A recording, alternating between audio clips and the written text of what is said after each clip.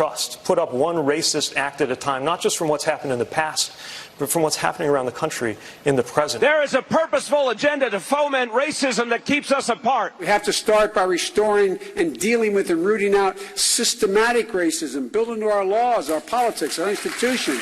We have a criminal justice system plagued by racism. As president, I will take on institutional racism directly. I will look into every issue that plagues this country. We have to go much deeper into a country whose very foundation is racism. I know that there is systemic racism in our criminal justice system. And for communities of color that have stared down structural racism for generations, the disaster has hit even harder. True justice means that we don't have a racist criminal justice system that kills and imprisons black Americans. We can't be blind to the impact of generations of racism and white supremacy that were written into our laws over centuries. Bob Woodson is the president and the founder of the Woodson Institute and a frequent guest in the show. We're always honored to have him. Mr. Woodson, thanks very much for joining us tonight. Pleased to be here, Tucker. So you've been around politics a long time, many, many decades. Have you ever seen a moment where attacking the country was a centerpiece of anyone's political campaign for president? I haven't, but let me say that I really think that I disagree a little bit with Heather McDonald. I don't think we need to fight their arguments with a counter-argument. We must confront them with a counter-experience. And black America are among the strongest supporters of America. We fought in every war, and not a single black was ever tried for treason.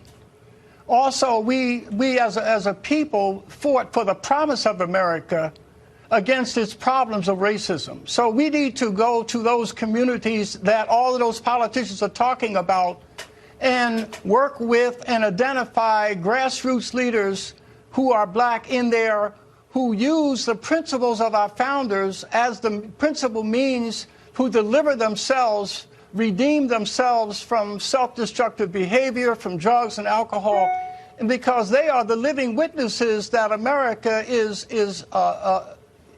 defined by its promise. For example, we have in the face of racism, we've built hospitals, we built insurance companies, hotels. These are the stories of how we achieved against the odds.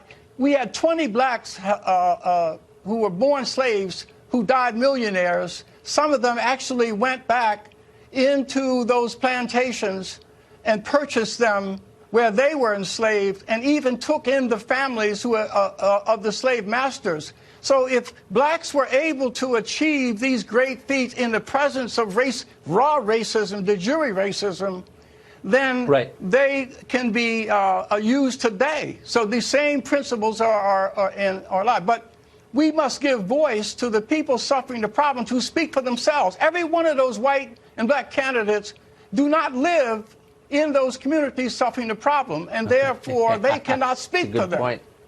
But so we got to give them the voice to speak for themselves, and they will give a different message than what you're hearing.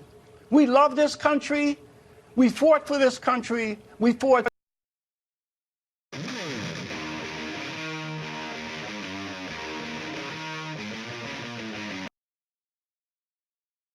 for its promise. We achieved in the face of racism, not in the absence of it.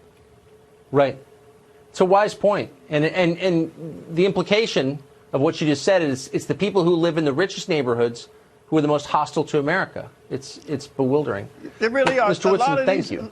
Okay, a lot of these black scholars are angrier than Frederick Douglass. It's a deep point. Robert Woodson, thank you very much. Good to see you tonight. Thank you. Thank you.